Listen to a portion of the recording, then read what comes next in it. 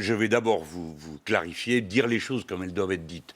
Les attentats sont décidés par des assassins et des terroristes. C'est eux qui décident. Ensuite, le système utilise cette situation. Mais ceux qui sont les responsables des attentats, ce sont les terroristes et personne d'autre. Je pense que c'est un montage. Voyez-vous, un peu avant, j'étais islamo-gauchiste. Avant, j'étais anti-flic. C'est-à-dire que toutes les occasions, sur un mot, de me pourchasser, sont les bonnes.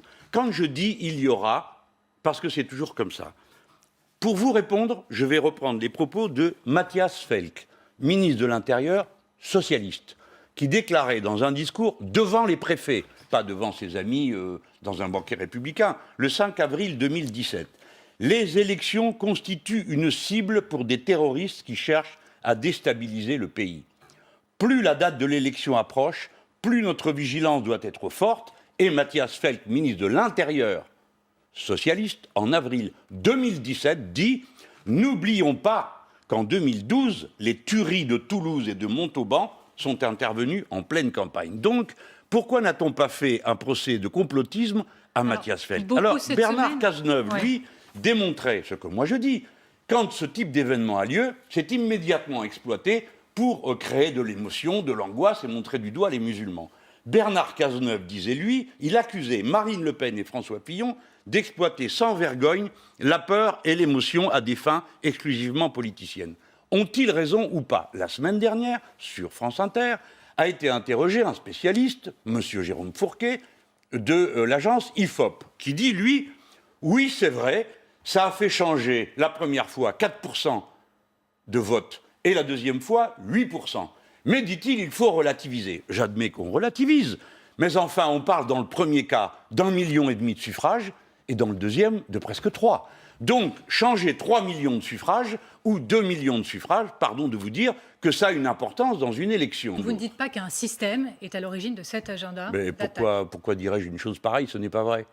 C'est bien, les assassins sont les assassins. Mais moi, Madame Kerouer, pardon, mais balayez devant votre porte, là, la profession.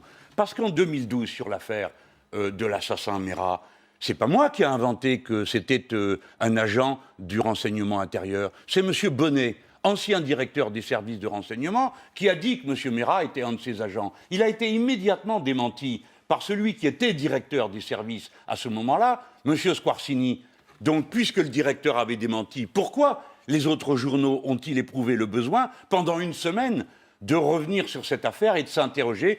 Et même le grand journal Le Monde a mis en titre « M. Mera aurait découvert qu'il était manipulé par le renseignement intérieur ». Par conséquent, c'est ces citations-là qu'il faudrait mettre là. Vous savez ce qui a choqué dans ma phrase? Je vais vous le dire.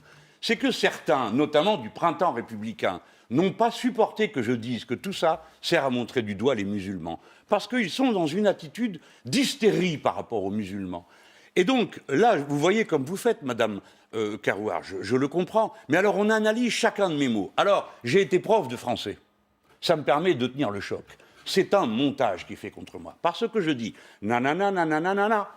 De même, vous avez vous-même souligné de même. De même n'est pas égal. De même n'est pas donc. De même ne signifie pas donc. Vous avez compris? Donc ça, c'est un prof de français qui vous le dit. De même, vous verrez qu'il y aura des incidents, parce qu'il y en a eu à chaque élection. À l'instant où je vous parle, mes amis qui m'écoutent mettent en circulation un tweet où on récapitule toutes les dates de tous les attentats qui sont tombés dans des élections. J'ai donc le droit, comme responsable politique, de dire attention, attention à ces façons de tromper tout le monde par des événements qui viennent annuler une élection. La calomnie est faite pour ça. D'abord, islamo-gauchiste, je retrouverai complotiste. C'est utilisé aujourd'hui dans l'élection régionale, vous le savez comme moi. Les gens de droite, de l'extrême droite, ou de la droite extrême disent, à chaque fois que mes amis sont dans une liste, ils disent « mais leur responsable est un complotiste ». C'est utilisé pour ça. Donc ça ne s'arrêtera jamais.